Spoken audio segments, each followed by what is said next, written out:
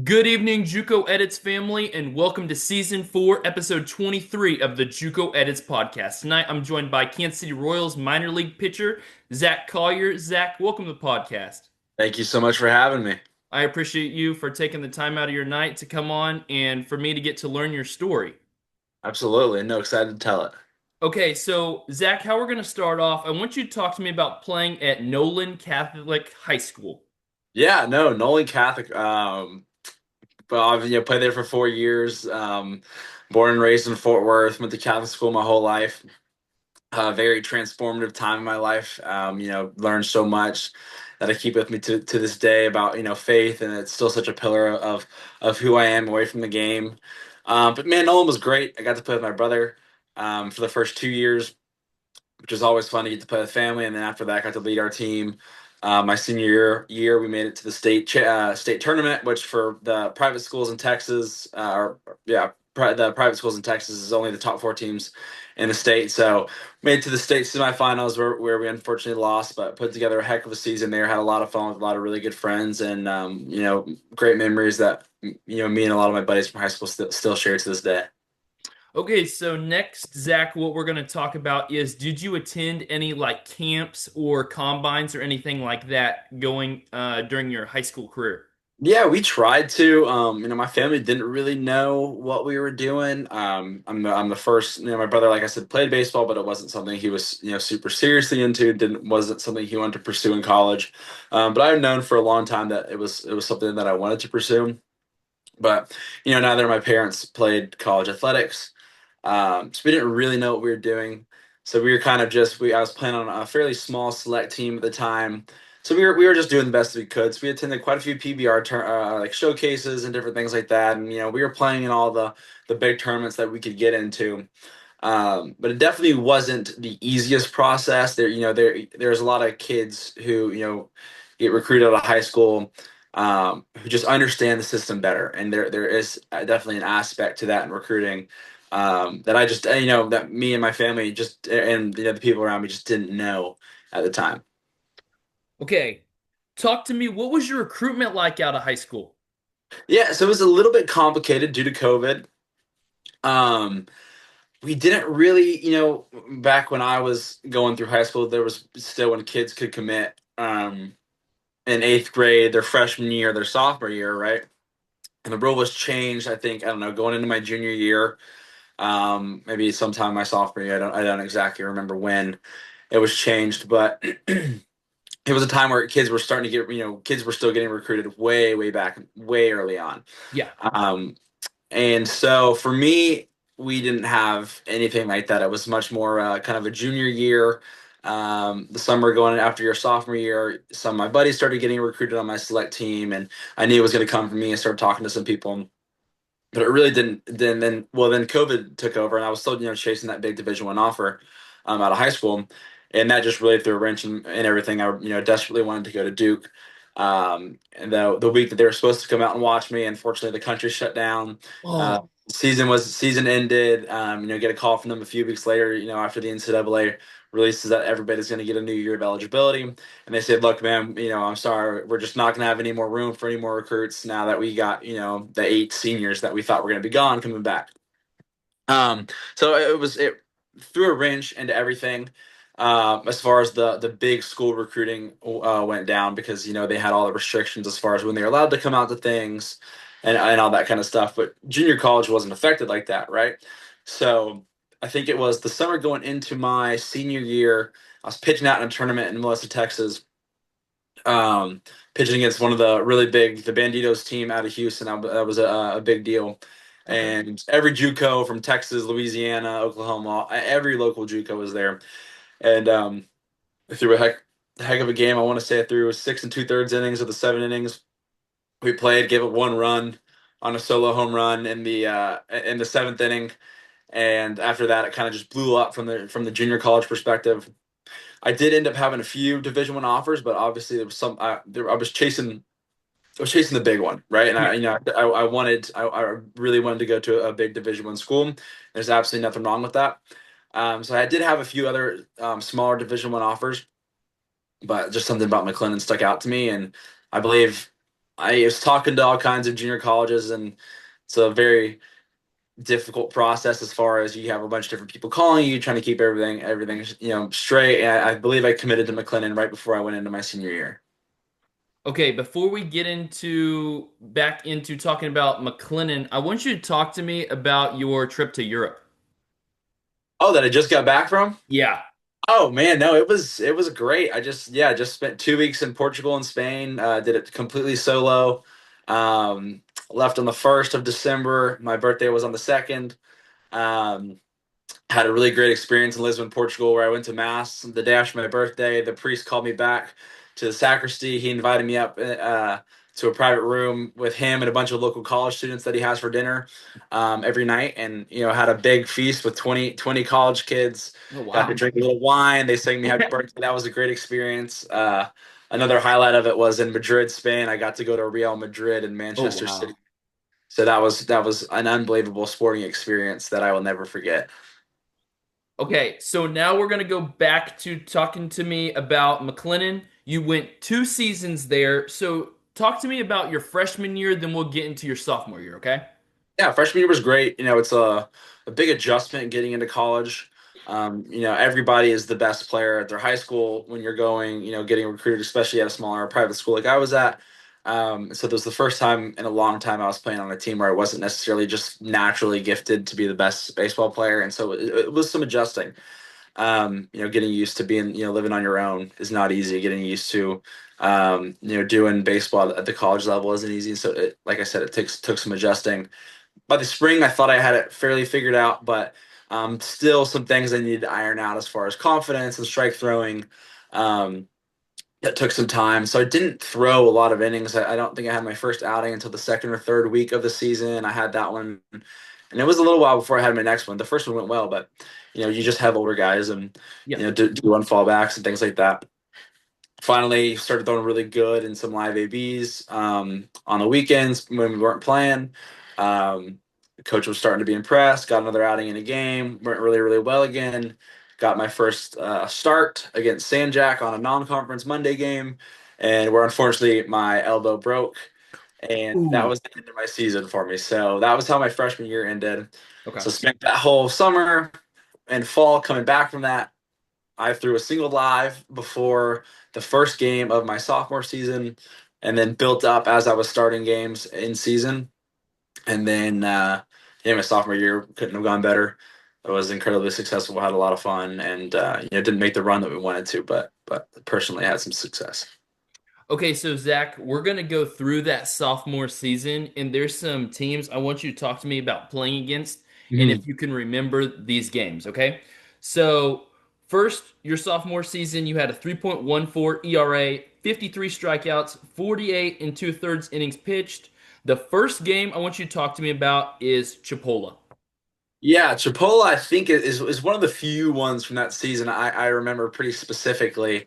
Um, just because, going to junior college, obviously at McLennan, it's one of the, newer national powerhouses when it comes to Yeah. baseball. But Chipola is one that's been around for a very, very long time. And so you just hear all these stories.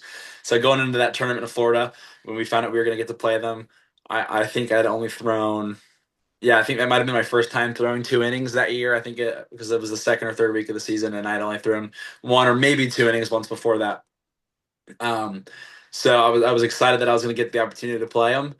I believe we won that game. I think it was yeah. I believe we won like 2-1. It was a very very fun, great environment game. It was like I said, it's just great to play against another powerhouse so early on in the season. Threw really well. The one thing I remember about it was the old University of Georgia quarterback Carson Bennett. Is that Yeah, no? Carson Bennett. Yep. Carson Bennett. Yeah, his younger brother was on that team. He had a single off me. That was the one. That was the one guy I was really trying to get out. And I remember kicking myself after that because I think I left him an 0-0 or 1-0 fastball down the middle, and he just poked it right up the middle for a single. Okay, next is Iowa Western. I remember them coming to town, but I don't remember much about that game. Yeah, I don't remember much about it. Okay. Next is going to be Cowley. Yeah, okay, so Cali, that was a revenge game for us because they knocked us out of the JUCO World Series the year before. Um, so they came to our place this time. Last time we met them in Grand Junction, and I'm pretty sure he put a pretty good whooping on them at the beginning of the season because we were playing really really well at the beginning. I don't remember how I threw. I'm sure I threw fairly well. Most of my outings went pretty good that sophomore season, but I remember that game meant a lot to the returning guys just because they knocked us out the year before. Okay, so now we're going to jump ahead. I want you to talk to me about winning the Texas Conference. Yeah, so we run the Texas Conference my freshman year. It was a shame I wasn't able to be a bigger part of that, but still being able to be around that team um, was really great. We had a lot of really good arms, and I think more so we had some great bats. I mean, there was never a game that we felt that we were out of, and in some of those Texas JUCO games, you can score a lot of runs. I think we played Vernon one time just after I had surgery on my arm, and we scored 34 runs in a game. Wow. I believe in the doubleheader we played that day, we scored something like 56 runs Dang. in two games. So we could hit the ball like no other. And I remember the times I did get to pitch that year was nice having the confidence that things don't have to go perfectly. And our guys, it's one swing of the bat away. If you have a guy on first and you're down by two, you're probably going to tie that game up. And so that was just a really fun season as a whole, knowing that your hitters have your back, and it takes a lot of stress off the arms. Okay, so now I want you to go talk to me about playing in the JUCO World Series. Yeah, so once again, I that was my freshman year, so I did not get to play Okay. in the Chico World Series. But once again, I think it was still a atmosphere that shaped my baseball career pretty significantly. So, and the way the JUCO World Series works, if you're hurt, you're not necessarily allowed to be in the dugout, but getting to go through all the media stuff and hang out on the field with the guys before the game, and just be in the stadium and a part of everything. You go from all year in junior college, you're playing in front of 80 people if you're lucky. If it's a Saturday game and a lot of people that are on your team, the other team are close to home, then the parents will show up and you'll have 80 people in the stands to playing in front of a consistent 8 to 10,000 people Yeah. every single game at the World Series. And I remember walking up and like I said, I was hurt, so I knew I couldn't play.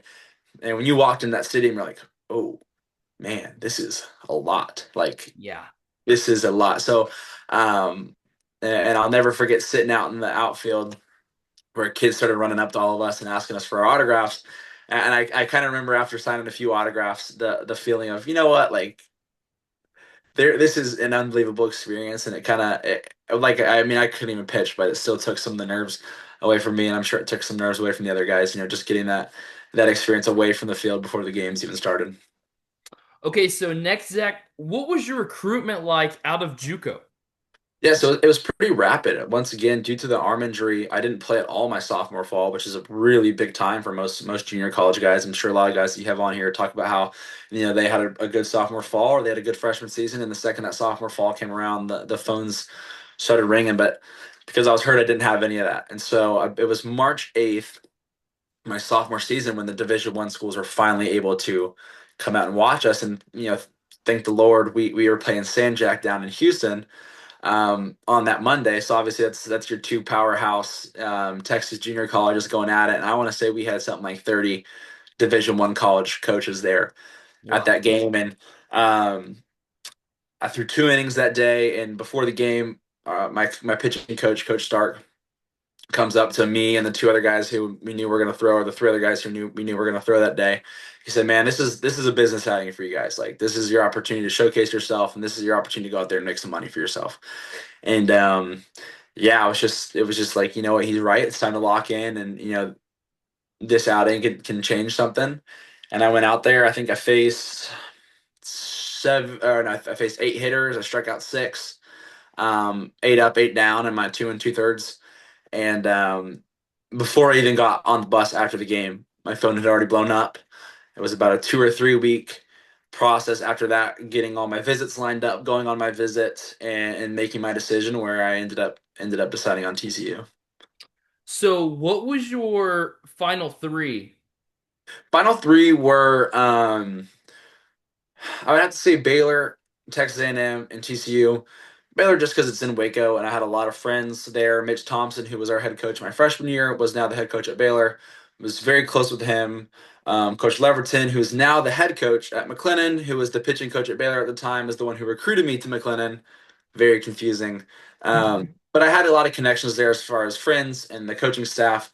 Um, but really, it came down to Fort Worth or A&M for me. So yeah. Okay, 2024 Big 12 honorable mention. You went 6-2, 5.20 ERA, 24 appearances. So here's some games I want you to talk to me about. First Mhm. one, UCLA. Yeah, UCLA was early on in the season. That was our second week. I remember it very clearly because it was like 90 degrees outside, and this year playing in Iowa. That same week, it was about 20 degrees outside. So very thankful for the Texas weather there. Uh, but yeah, that was I want to say over the course of the 3 days, we had 16,000 fans show up to the stadium. Playing another notorious baseball team like UCLA. A lot of the students at TCU are from California, so we had a great student attendance. It's just the atmosphere in general. That was my first big exposure to that at the Division I level. Um, and man, we were hitting the ball well. We were throwing the ball well there. Um, yeah, that was a fun weekend for us. We steamrolled them pretty well. I want to say I had two outings that weekend, and they both went really really well. My first time getting to pitch in front of a lot of the students that I went to class with, and a lot of just local Fort Worth people. So that was definitely my first big exposure into what Division I baseball is all about. Arizona State.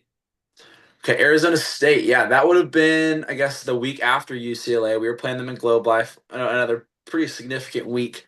That was my first time getting to pitch in a big league stadium. So it was really cool to get to do that at Globe Life, being from Fort Worth, 30 minutes from the stadium, Yeah. uh, kind of taking in that moment. They hit the ball pretty well. I remember one dude hit one of my curveballs about 2 inches off the ground, right back up at my head. Oof. But still ended up able to minimize damage and threw the ball really well there. Another crazy that first half of that season, man. We were walking off everybody or coming back and winning close games. I think that might have been another one of them. But that was just awesome. I still remember the feeling after the game, walking out to the bullpen and just kind of looking around the stadium and realizing like, wow, this is another unbelievable experience. I'm so blessed that I'm getting to be a part of this. Another West Coast team, USC. Yeah, USC was that same weekend. So we went U. I think I want to say we did USC, ASU, USC that weekend for Friday, Saturday, Sunday. So Okay. I threw that Saturday and maybe I threw that Friday and Saturday, or I threw that Saturday and Sunday. I threw a little back to back there. Um, Yeah, well, that was just good. We got to beat the two big teams in California the first 3 weeks of the season. Really, we were in the locker room saying we own the Pac-12, back when the Pac-12 was still a thing. And no, that was just another great game. I want to say we walked that one off too. We walked two of the three games off um, that weekend. Um, that's how I got all my wins, was in those first 5 weeks of the season. Every time I came out on the mound, it seemed like we were down, and then we would come back and win the game. So yeah. Okay. Now we're going to go into Big 12 play. Mhm. Oklahoma. Oklahoma, man. So Oklahoma is a school that offered me out of McLennan. Uh, our head coach, my sophomore year at McLennan, his father was the head coach at Oklahoma. Yep. Just another thing, when you're growing up in Fort Worth and Big 12 country, um, OU, Texas Tech, Texas, for TCU, Baylor. Those are the big matchups you're excited about. And Oklahoma, I believe, was the start of our conference play. Um, and so it was just, my first experience in the Big 12, getting to play against, getting to stand on that mound and looking in that box and seeing the jersey say, a team that I recognize, was pretty incredible. So yeah, once again, just super blessed that I got that opportunity and to get to have Oklahoma come to Fort Worth and get to take part in that. Now we're going to jump ahead. Let's talk about the Big 12 tournament. hmm Yeah. We were back in Globe Life. Um, after once conference started, so that Oklahoma game was actually our second week of conference because we opened up with Kansas. Um, After conference started, our season started to get pretty shaky, and come the Big 12 tournament, we knew we needed to put up a pretty dang good run, like the team did the year before us when they went to Omaha Yep. to have a chance at the regional. And we thought we did. We thought we did plenty. I think I threw 3 times in 4 days. Um, that tournament, it was just all hands on deck. That's where baseball really gets fun. Is when it's just like it's playoff baseball in the big leagues. Nobody cares how your arm feels. Nobody cares where you're at mentally. I was one of our guys all year long, and it was all right. Now you got to step up and prove it. Doesn't matter how you feel. You got to go out there and give us your best. And so that was just a really fun physical experience to get to go out there and just push yourself against all the competition that you got to play all year long. Okay, so next what I want to talk about is what was that moment like knowing, did you know it was going to be your final college baseball game, or what was going through your head at that moment? Yeah, so I was fairly certain it was going to be my last college baseball game. I knew my season had gone fairly well. Take a couple, my bad outings came. It was 3 or 4 games where they were very bad. But I knew my sample size and the performance I'd put up was significantly better than the numbers had shown, and that I knew I had a lot of interest. So I knew that was going to be my last year in college baseball. We didn't know at the time when we lost to Kansas. I think we got walked off in the 12th inning. Just so many extra inning games that year. Um, at the time, I didn't know it was going to be my last game. We thought we had done enough to make the tournament. Um, Unfortunately, we did not. Some other teams were put in over us. But when it kind of hit me that it was, it was sad, but I think going into TCU, that was my goal. Um, Even on my recruiting visit with Coach Charlos, we talked about like, this is we want this to be a 1 year thing, and so um, that was always my expectation. That was always my goal, showing up on campus, and so it wasn't too hard, kind of letting go of that fact. Okay, now here's my favorite part. MLB Draft rolls around. Okay, so I want you to talk to me about what were all the teams that reached out and what was it like when you got that call? Yeah, so teams, I can't remember all the specific teams. I remember in the fall of my year at TCU, we had 22 different regional scouts come from different 22 different clubs come and interview guys, and I talked to 20 of them. So I knew I had a lot of interest, and I knew my sophomore year at McLennan had struck some interest, and there was some draft opportunities there, but I wanted to go to TCU. And then I knew, like I said, even though my numbers weren't bad by any means, but they weren't what I hoped they would be. I knew what I had showcased and the amount of incredible outings I had showcased, that I had done more than enough to get that done. So I was fairly confident. I would have been shocked if it didn't work out for me. It can always happen, but I was fairly confident that I was going to work out. So then it was just about waiting. Everything that I heard, it could be anywhere from the sixth round to the 20th. Obviously, I was hoping for the sixth, but that draft, the guys started signing under slot really, really early on, and I wasn't going to take under slot. Yep. Uh, just it wasn't important enough for me to say I was an eighth rounder just to take $130,000, or there were guys taking 5 grand in the fifth round. So it didn't end up happening on day two, and day two was a long day of just kind of sitting around waiting. I didn't watch any of the draft, but you can't help. Your whole life is about to be picked up and moved across the country, so it's obviously what you're thinking about. It's what you've dreamed about since you were 4 years old and started playing. So day three comes around, and I was thankfully the second pick of the day. The draft started at 2 o'clock, and at 2:01, I was off the board. Um, I didn't even know the draft had started yet, and my dad had come screaming in from the other room saying that my name popped up, and so that's how I found out from him. And about 5 minutes later, because my agent hadn't even had his laptop set up, Yeah. because nobody had called it. The Royals hadn't called him and said, "Well, we're taking him in the 11th."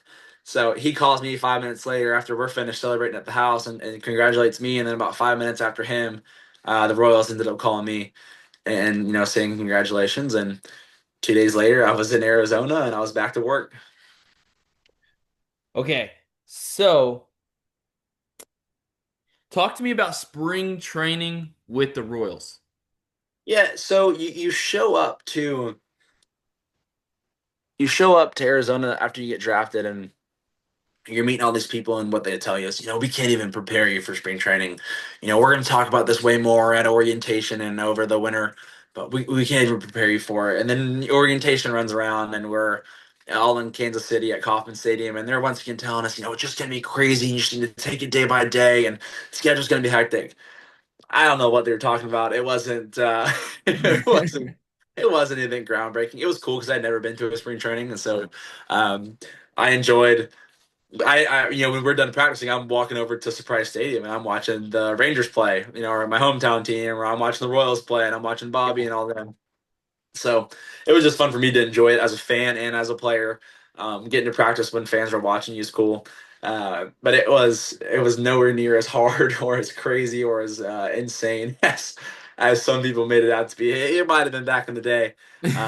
Who knows? But for us last year, they may hear this and make it a lot harder on us this year. But it wasn't anything too crazy. Just another day of practice. Did you get to meet Bobby and Salvi?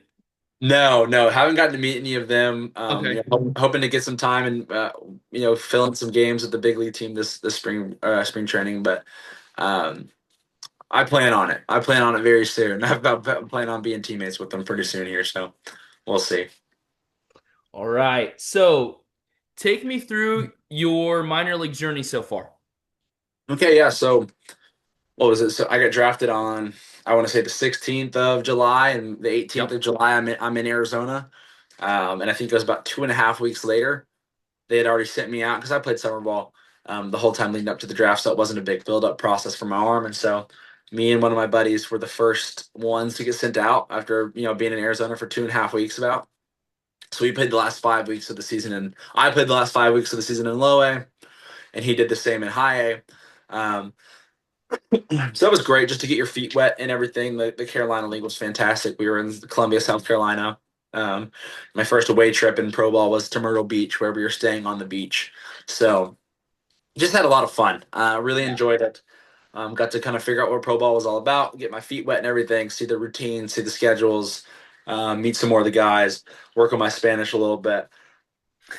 But it was great. And so then go through spring training, you don't know where you're going to be. Um, Being a junior draft pick, you can be in low A, you can be in high. There's the rules, and they didn't tell you until about 2 days before the end of spring training. So you find out you're in high A, you're pretty hyped up because you're starting one level ahead of where you could have been. And then I went out there, started the season strong and really kept strong throughout the entire season. It was probably the best and most complete season I've put together in my career. Um, and just had a lot of fun the entire time with all the guys and with all the challenges and the travel and everything like that. And then the last week of the season, thank goodness got called up to Double A and got to finish up in Frisco against the Rangers Double A team about an hour from my house. And so I had a lot of friends and family get to come out, and that was exactly what the goal I had set out for myself at the beginning of the year. So it was nice to be able to accomplish that. Okay, so 2025 stats, you went 4-2 with a 3.41 ERA in 58 innings pitched, 78 strikeouts. So, Yeah. what are the lessons that you learned from this past year, and what are your expectations going into 2026? I think the lessons learned is pressure builds diamonds. When you get to pro ball, the guys are better. The guys are bigger. The guys are more talented. The schedule is harder, and nobody cares. Like they're everybody's trying to make you better, but our pitching coach would always say, no, I mean, nobody cares if you didn't get a good sleep last night, or nobody cares if your girlfriend broke up with you, or nobody cares if something happened at home. This is your job now, and you're getting paid to show up and perform every single day. And so, just doing that on the scale, I believe I played 138 games this season. Um, it takes some adjusting. Um, but I think I learned a lot about just how to get these better hitters out. I learned a lot about my stuff. I learned a lot about how to miss, where to miss. I learned a lot about situations. I learned a lot about how to read swings and just take control of my game more than I ever had to in my career. In pro ball, you're calling all your own pitches, and you have to have your game plan. You're not relying on a coach in the dugout with a spreadsheet and all these stats. It's what you see and what you feel in the moment, and so you really have to get better at thinking through the entire game. And I actually think that taking that ownership of my game was one of the things that helped me throw so well throughout the entire year. Okay, so next we're gonna talk about a guy who played with you at TCU. Okay. Yeah, Peyton Tolley, man, what a great guy. Ultra competitive, physical. Um, like Jack Caglione actually reminds me a lot of Peyton because they're both just phenomenal people off the field. But when it comes to their baseball, they just have this mindset of there's nobody that can be better than them, and there's nobody that should be better than them, and they expect the world right now. And I think that's such an admirable characteristic and something that was really cool to get to watch. Totally do throughout the season at TCU. Because it really was, it just didn't matter, man. He'd walk up there and everybody's got scouting reports. Everybody knows he's going to walk up there in the first inning and he's going to throw 10 pitches and all 10 of them are going to be fastballs. And guess what? He's going to strike out three guys. And it didn't matter that. We knew it, totally knew it. The catcher knew it. The other team knew it. The hitter knew it. He was still going to strike him out. Uh, and it just came from, I think, just the overwhelming confidence that he had throwing the baseball. And man, the Red Sox getting a hold of him and his work ethic that he has. The sky was the limit for him, and he sure reached it. He's not even at his limit yet, but he sure improved quickly, and going out there from an average fastball of 92 at TCU to an average fastball at 96, his first year in pro ball, making his big league debut. He deserves it. He deserves it all. A great kid, hard worker. Super happy for him, and can't wait to pitch against him soon. Okay, so next we're gonna go through your McLennan baseball roster, the players that you played with. Okay, and I Let's want you to do it. talk to me. I like that. I like that. All right, here we go. The first one is a guy I know who's also been on my podcast, Sam Flores. Yes. Okay. No, I saw you had Sam and Catcher Halligan on Yep, on and uh, catcher. Yep. on the podcast. So I played catcher both years. Sam, I just played with my sophomore year. Um, I love them both. Just goofy guys. I don't know how much that came through in the podcast, but they're goofy guys like I am. Both hard workers, just love baseball. Sam and catcher, both of them.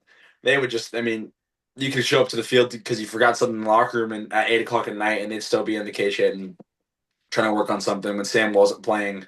Um, through parts of his freshman year, my sophomore year there, it was never hang your head down or sulk about it. He was in the cage working and getting better, and clearly it's worked out for him playing this last year at Kansas State. So, and then catcher obviously just he made the absolute most. He has made the most of all his ability, just working his tail off, putting together some of our best at bats my sophomore year, truly.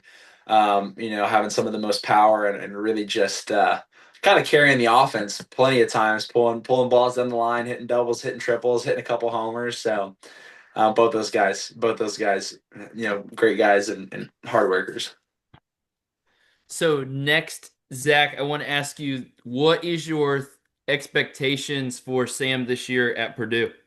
Yeah, yeah. So Sam's at Purdue this year. Man, it's hard to say with the new rosters and everything, but he's got the physical abilities to be great, and so I'm really wishing the best for him. I hope to see that he kind of takes over the Big Ten and makes those pitchers pay for leaving the ball over the middle.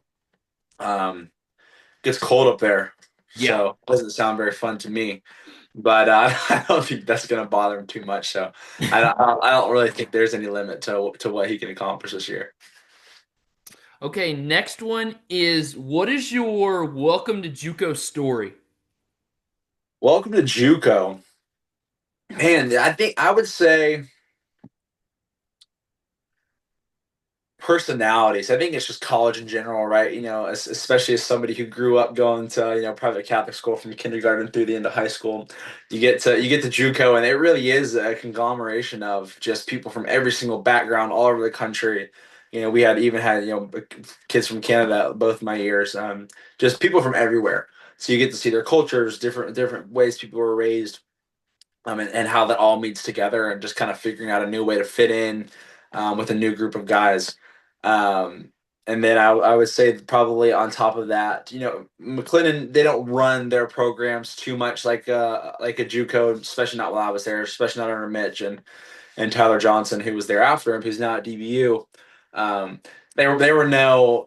I would say the other welcome to JUCO moment is we had like 1 5-hour practice. I'm sure you get a lot of guys who say that was like the norm. That was not the norm for us at McLennan whatsoever. It was 3 hours, 3.5 hours, Okay. max most days. But there were a couple practices that definitely reached the long end.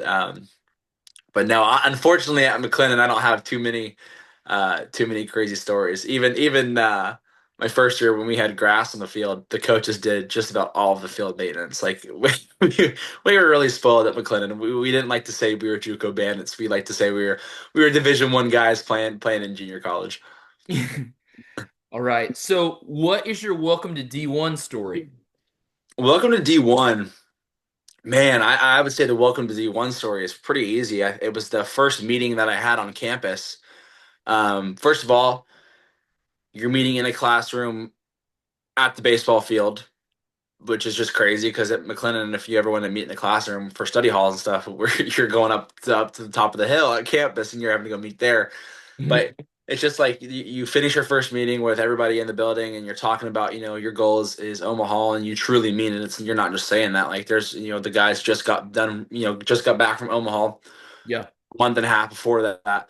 And then you walk out of the classroom, you walk down the hallway for your first time since you've been on your visit, and you just see all the names on the sides, and you know everything is perfect and beautiful and fancy, and you have your lockers where your laundry's washed and put in your locker, and the lounge with the pink, just like how nice and like what a step up it was. And I honestly I felt bad for the freshmen that had gone straight to TCU because they didn't get to appreciate it like I got to appreciate it. Searching through the shopping cart for your laundry loop and the two pairs of shorts you got, and that was it.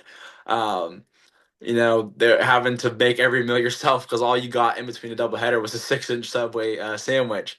They didn't get to experience any of that stuff, and they kind of just expected to be given, all these great resources. But you notice it pretty quickly when you step in the door to Division I, especially like TCU, that there's just a lot of money they pour into it, and you're very, very lucky for everything that you get. What are your favorite JUCO places that you've played at, D1 and the minors? Okay, JUCO place is really, really easy answer to that question. It's whatever was close. Um, as long as you didn't have to get on a bus and drive for more than 2 hours, I think I like to play there. So, yeah, that answer is really easy. Division I, let's see. Obviously, Globe Life is really cool. It's just my first big league stadium, but I think the two big ones that stood out. We did not play a lot of away games my year. We were very lucky and played a lot of games at Lupton Stadium. Um, Two best though by far, Oklahoma State. That field is incredible. Unfortunately, I didn't get to pitch until Sunday there, and after a rain delay, and so I didn't get the experience of the crazy fans. Peyton Tolley, who we talked about earlier, Yep. um, he threw our game one through 9 innings, and then we or through the complete game, and then the game two didn't go very well, so I didn't get to throw till game three. But still, just like that, atmosphere, that field is perfect. I mean, a big league playing surface. Truly was awesome. And then University of Texas, hate everything about them. Hate what they stand for. Hate the look on their faces. Hate their logo. Hate their colors. But that was fun. Just be exactly, yes, that's it. I never want to see it. My sister goes there, so sorry, Abby, but Okay. yeah, I hate everything about them. Truly do. But playing there was cool. It was their spring game weekend, and so I pitched on Sunday again there as well. 'Cause once again, totally through like complete game, and then we lost on Saturday. So I pitched on Sunday, the day after their spring game, and it was just packed. 8,000 people there.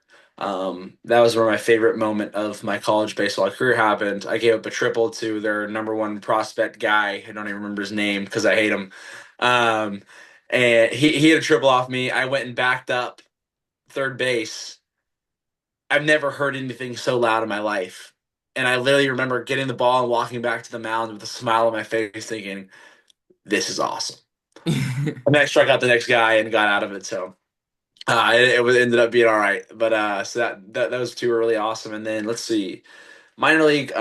our home field in Columbia, South Yeah. Carolina, was really, really nice. And then so the people who own that field also own the San Diego Padres High A field in Fort Oh, Wayne, nice. Indiana.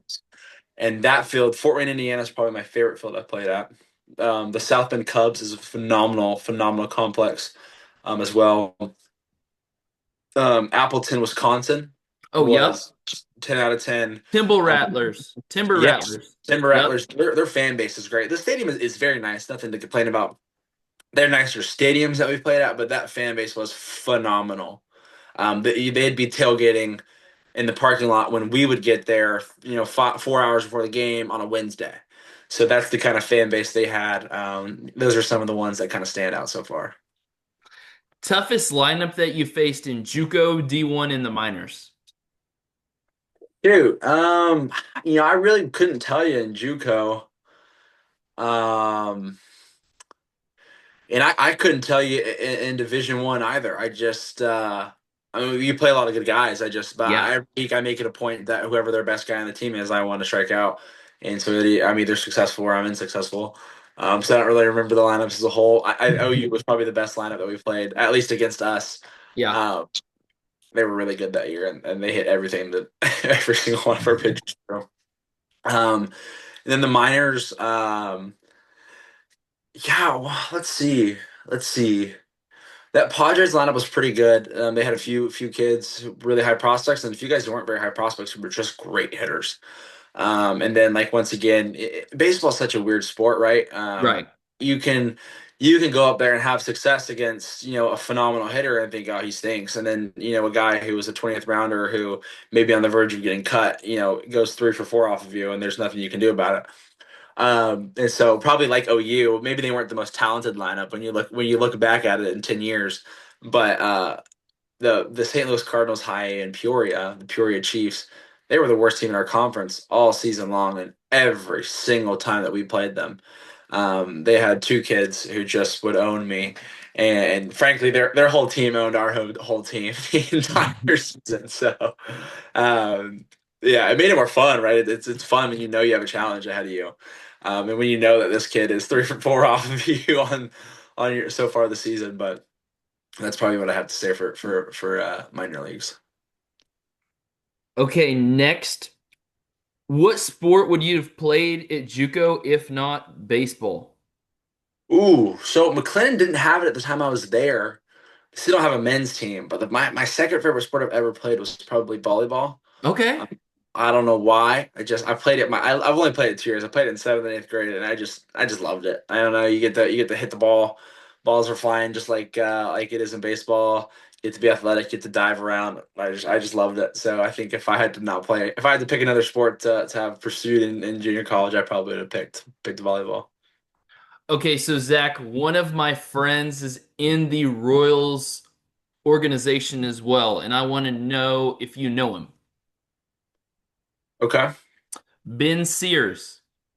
Yes, Ben Sears. Yeah, so I got to play with him that last week. That last week in Northwest Arkansas. Was he a JUCO guy as well? Yup. Where did he go to? Because I know he He went to Houston for his 4 year. yes, he went to a JUCO in Rhode Island. Oh, okay. Yes, he's coming Awesome. on my podcast soon as well. We're getting that one worked out, but yes, I'm excited for that one as well. Yeah, I'll have to pick his brain on JUCO JUCO ball in Rhode Island this spring training. Okay, what is your daily routine like versus game day routine during the season? I think I've always tried to keep it the same, and especially once you get to pro ball, I would recommend that to any young player out there because, um, in pro ball, which is where you're trying to play, every day is game day, and there is no practice. You play 6 days a week, and on your off day, you're not going to the field. So, and it's the minors and the big leagues. You don't even get you can play 14 days straight. So my routines are the same. You get there and you throw 5 hours before the game, 4 to 5 hours before the game. We did that at TCU as well, and I really enjoyed it. So you get there, you do all your arm care before you go out there and throw. Run through your stretch out there with the strength coach. Then you play catch, and then um, basically you're ready for the game. You try to go inside and get yourself in a good mental headspace. to go out there and perform the best you can with what you have that day. And then as far as like before you're pitching, it's maybe a little bit of Jaeger bands whenever you think your opportunity is coming. But as soon as that phone call hits, then you've got to be ready to pick up that baseball and throw, regardless of if you've done your J bands or not, or if you haven't, or your plyer routine or whatever it is.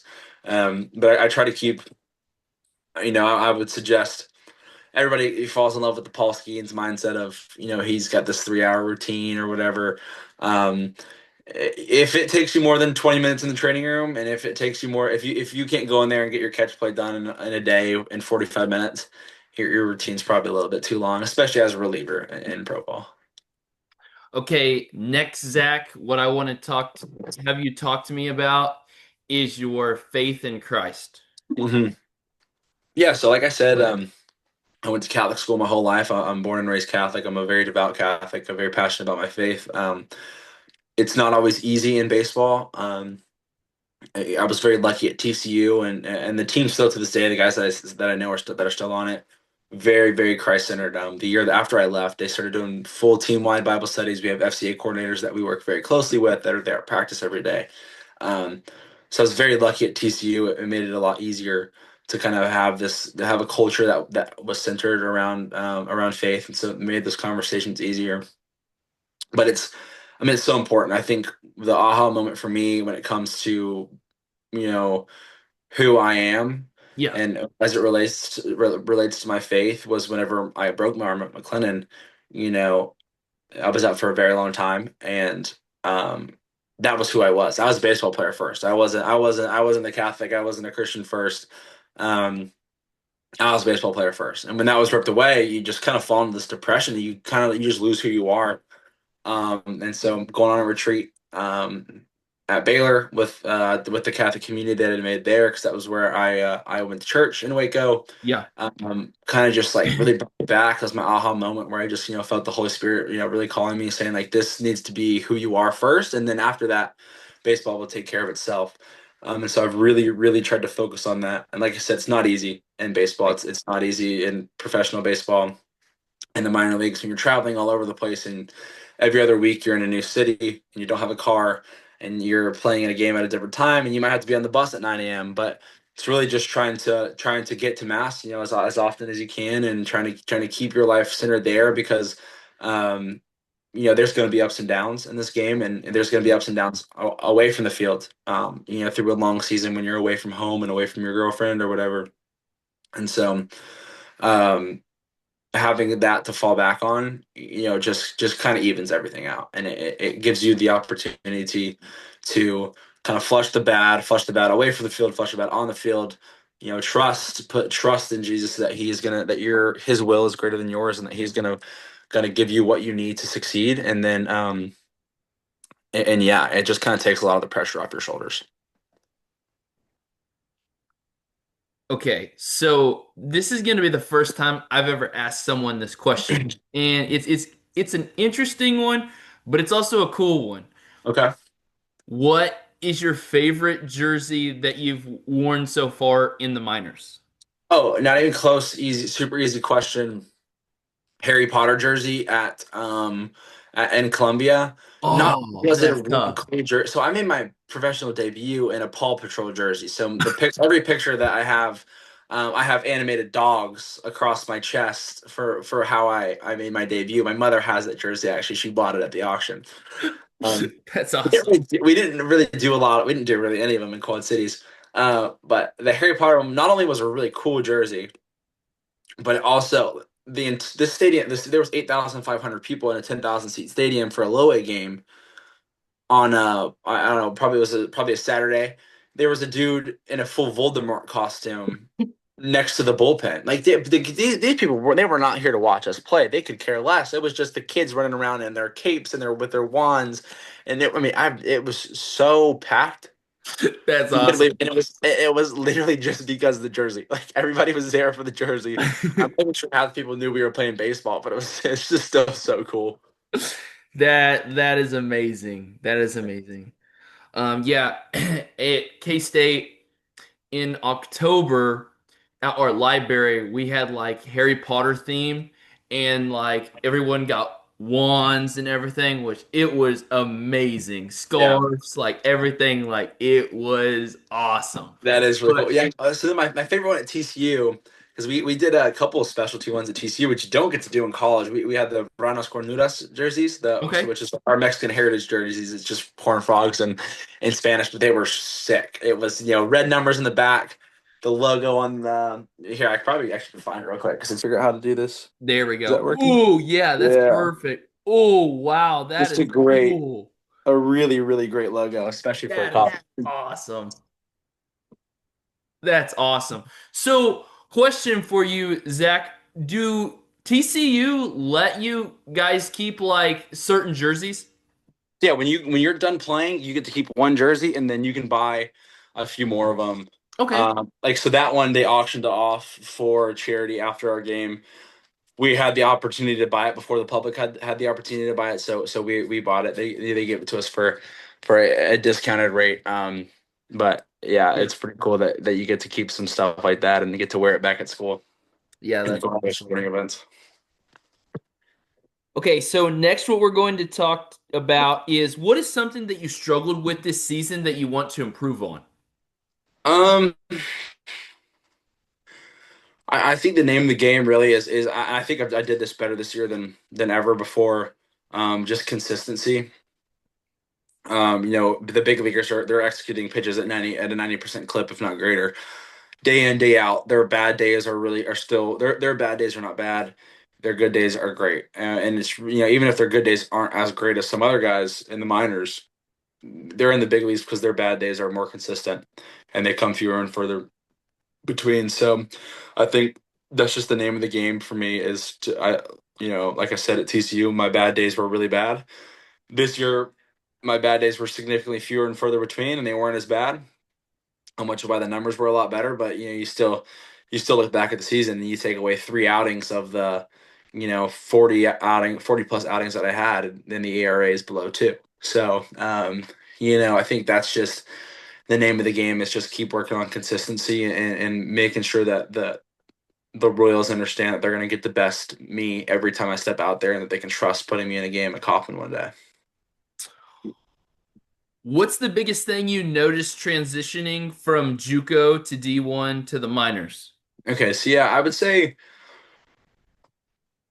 the talent from JUCO to Division One. I mean, it's a little bit better, but when you're playing in the Texas, the Texas League and junior college, you're playing against half of every single lineup that you're playing against, if not more, is playing at Division One the next year. It's just the Yeah. truth. So I mean, you're facing Division One caliber guys. You're facing guys that are going to be drafted. Um, so it wasn't necessarily the talent. It's just that now all of a sudden, instead of doing it in front of 80 people and nobody knows about it, now you're doing it in front of 4,000 people and everybody, and it's on at all the frat guys' houses. Your teachers at school know how you did this weekend, and the kid that sits next to you in class you never talked to, he knows how you did this weekend. I think kind of just handling the publicity of it all is one of the bigger differences. And then I think um, the biggest jump from um, for for me from college to professional was now it's your job. Right now it's you're not owed anything. This is really what you pour everything into, and so now it's time you got to take this very seriously because there's 160 guys in your org that are all fighting for the one big league spot that's going to Yeah. become available this month. And so now the moments don't feel big. You've played in enough big moments and you've played in games that meant more um, because maybe more people were in the stands or had more people that you knew were gonna watch it. But so the moments don't feel big once you get to pro ball. It's just you know how do I do this whenever this is everything that I have and this is how I'm going to make my living one day. Um, versus this is something I'm doing 4 days a week or 3 days a week, and I've got a whole, I'm back home and I've got a friend group. Like, no, you're moving across the country to do this, so Yeah. it's time to really really lock in, and you got to make the most of it. What's some of your favorite things about JUCO? Oh, definitely just like the ability to play, man. The ability to get reps. I mean, my coaches at McLennan were phenomenal. I didn't miss a single thing as far as development went from Heck, maybe what did I miss? Maybe I could have gained the 20 pounds that I gained at TCU a year or two earlier if I would have gone there out of high school. But I mean, I was 6'4", 6'3", 85 pounds coming out of high school, right? If that kid, throwing 91, 92, if that kid shows up on campus at TCU, he's getting cut. Um, it didn't mean I was bad. I'm playing pro ball now, right? Yeah. It just meant like I needed some more time to develop. And so you go to McLennan and you get that development and you get that experience and you get to play. You get to, instead of playing 2 games in the fall, you get to play 20 games in the fall. Um, and so there was just so much more opportunity there and so much more time for development that you just don't get with all the structure of the NCAA and all the guidelines you have to follow. And like I said, I wasn't missing out on technology. We had the TrackMans. I was getting my numbers every single outing. I know exactly what's going on, so I wasn't missing out on development. It was just really more opportunity. How do you handle and learn from criticism or constructive feedback? I think you have to. If you're if you're gonna get offended, find something else to do. You can work in an office job and your coworkers won't say anything to you. Um, but if you want to be great at something, and I have this mentality of it doesn't matter what I'm doing, I want to be absolutely great at it. Um, you can't be great unless somebody's telling you what you're doing wrong. And yeah, so you better be able to take that, and you better be able to make the adjustment and kind of put your ego at the door and say, yeah, look, I've got this ego. I know I'm the man. I know I want to be the best, but just because something went wrong or somebody has a constructive criticism for me, that doesn't change that at all. Right. What made you get into baseball in the first place? Man, I'm not even sure I can remember. I think I started playing when I was 4 years old. I probably liked the look of a baseball bat or something when I was that age, but um, I sure loved it, and I've loved it ever since. And that's one thing that has never fallen off. I just enjoy playing. I enjoy being there. I enjoy competing. So What do you do for fun? I do a lot. I do a lot for fun, and that's like pro ball. It forces you to do that when you're in school, man. You got so much on your plate. You got 2 full-time jobs, right? Right. You're 40 hours of class. You're 40 hours at the field. You're putting in 80-hour weeks. You don't have time for fun. Fun is just you just don't. Your fun is you sit down in bed at the end of the night. You get to put on the show or something. But in pro ball, you have a lot of time. So I'm a big adventure like side quest guy. Okay. Every town that I go to, I try to find a new thing to do. A new museum, a new something in culture. The Midwest, like you might be in a town of 20,000, but some major U.S. company was started there in the 1950s. Yeah. So they just try to find something cool to get out of the hotel and go do and go explore some new areas of the country. I'm a big outdoors guy. I like to travel, obviously, like we talked about.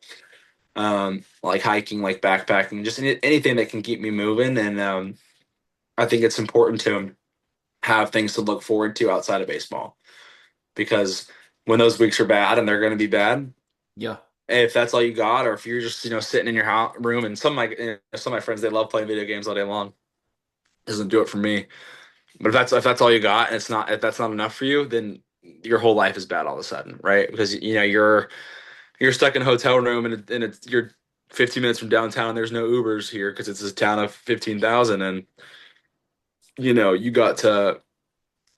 got to find another way to enjoy your life outside of baseball. What do you do when you're in a slump? I'm, I'm honestly I'm honestly not sure. Like, did you get out of it? I kind of just I don't even know, man.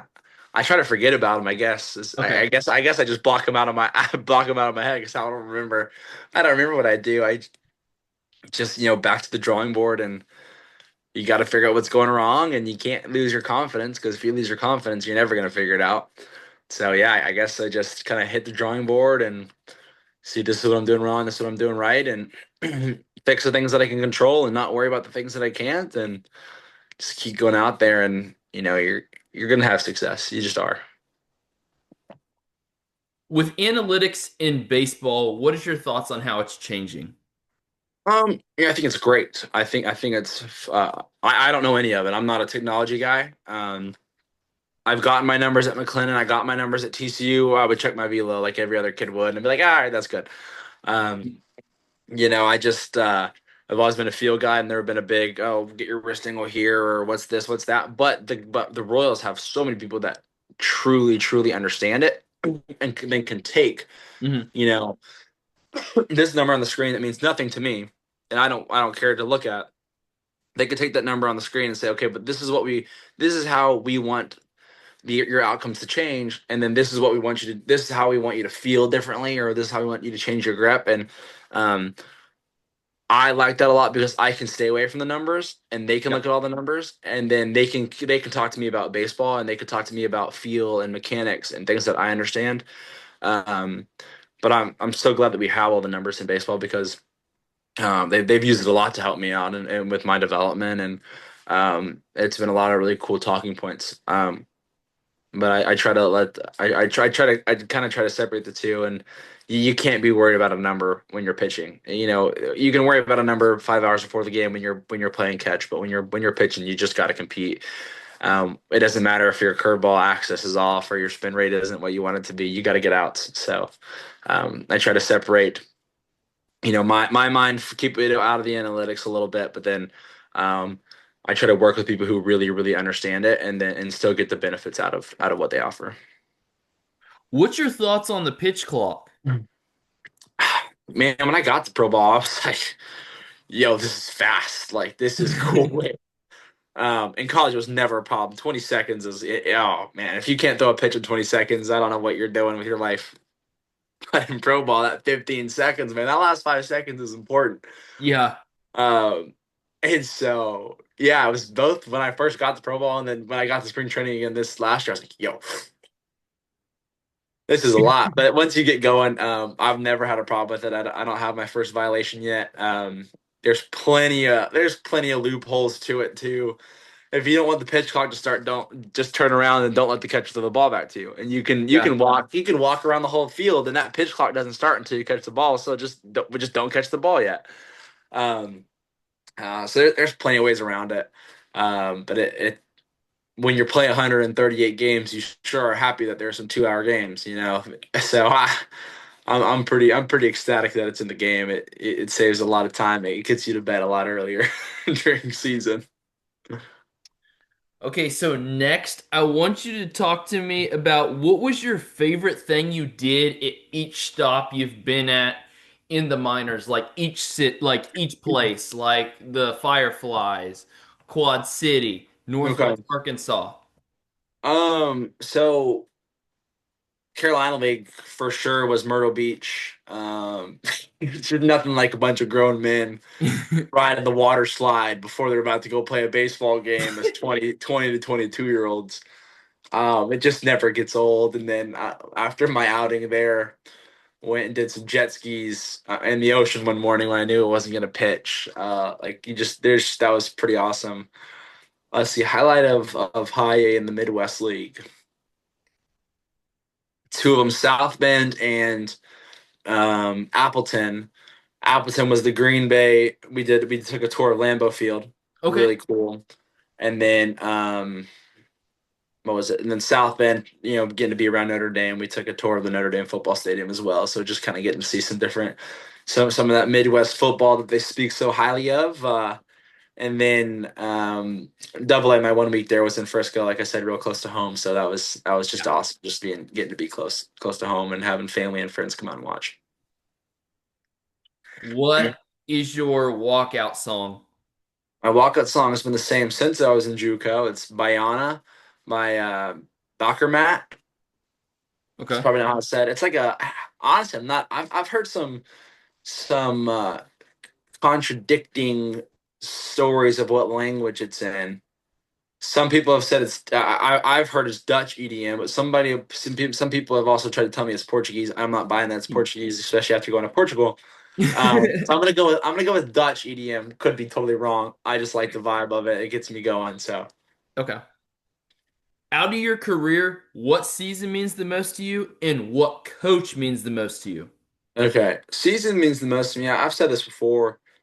I think about last year in Little League, honestly. Like it's the kind of the last time in life where baseball was truly just a game. You didn't have to worry about recruiting. You didn't have to worry about um, draft, the scout in the stands. You just didn't have to worry about any of the business side of things. It was truly you're just out there having fun with your friends, and when you really get down to it, that's what baseball's all about. You just gotta have fun. Um, So yeah, I really would go all the way back to Little League. Like I've had phenomenal seasons. TCU was great. Pro ball's been great. JUCO was great. My senior year of high school was great. But just nothing beats when you get to look back as when you were a kid and getting to go to this, the state tournament in Little League and spending a whole summer with your best friends, just genuinely just having fun. Like that's all that mattered. And then my coach would probably be my select coach for my most of my select career. His name is Chris Gay. He taught me just about everything that I know about baseball.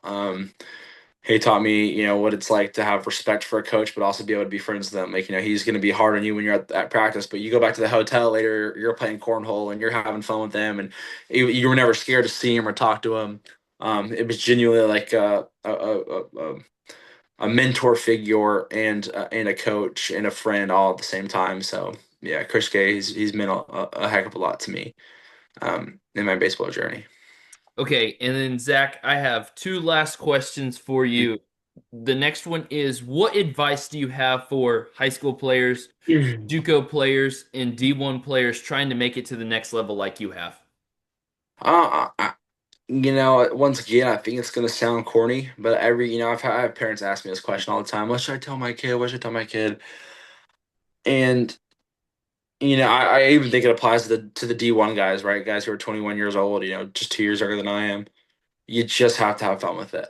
Like you have to have fun with it because there is gonna be a day for me, for them, for everyone where, for everyone but the top, 0.0001%, um, who somebody's gonna eventually tell you you're not good enough.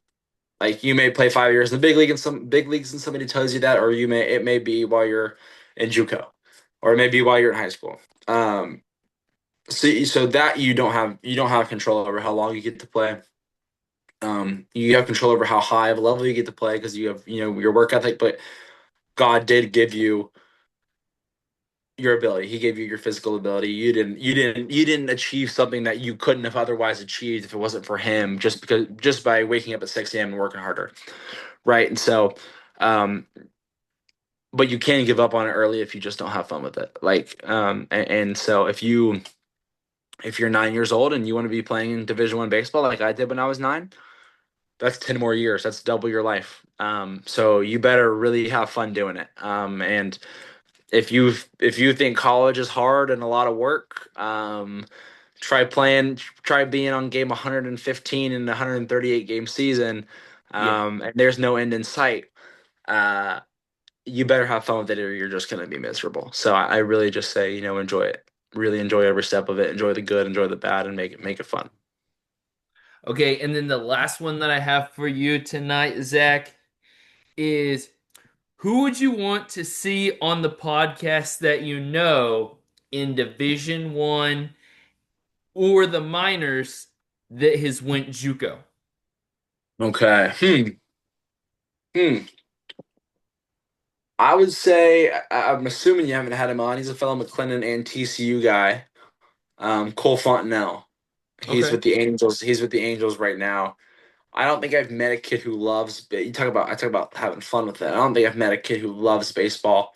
Um, More him and another kid on our team would sit on the bus rides and they would just quiz each other on like 1980s baseball players Oh and try wow. to make it as hard. And they would sit at home and literally write down stats like they were preparing for a test from 1970s baseball teams. Like that, he just is a baseball nut and he loves it and he's really freaking good at what he does.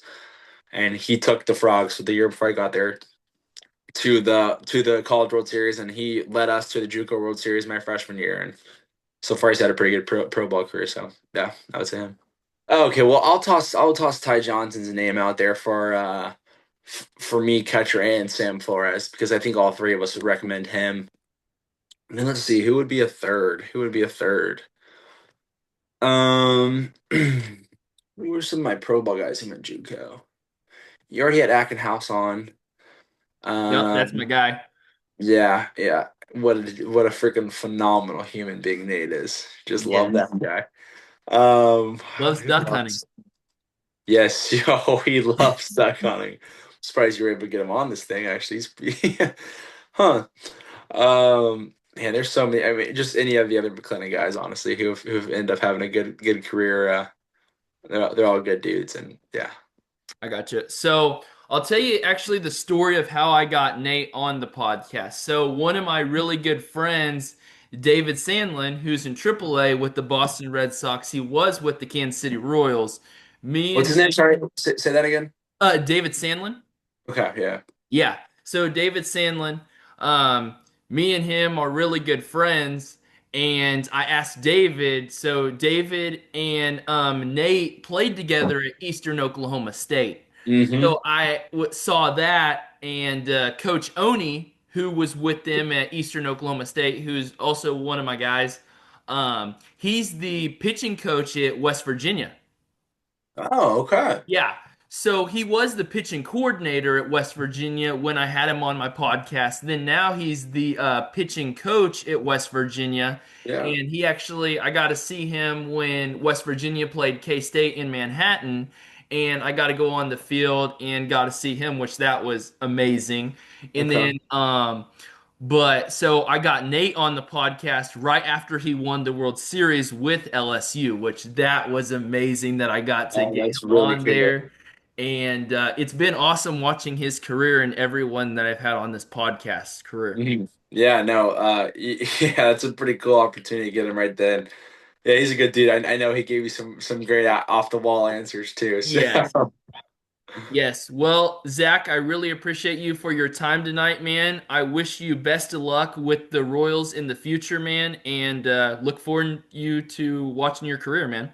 thank you. I appreciate it. No, once again, thanks for having me on, and good luck to you with this podcast as well. I'm glad I got to be a part of it. So yeah, have a good one. Take care.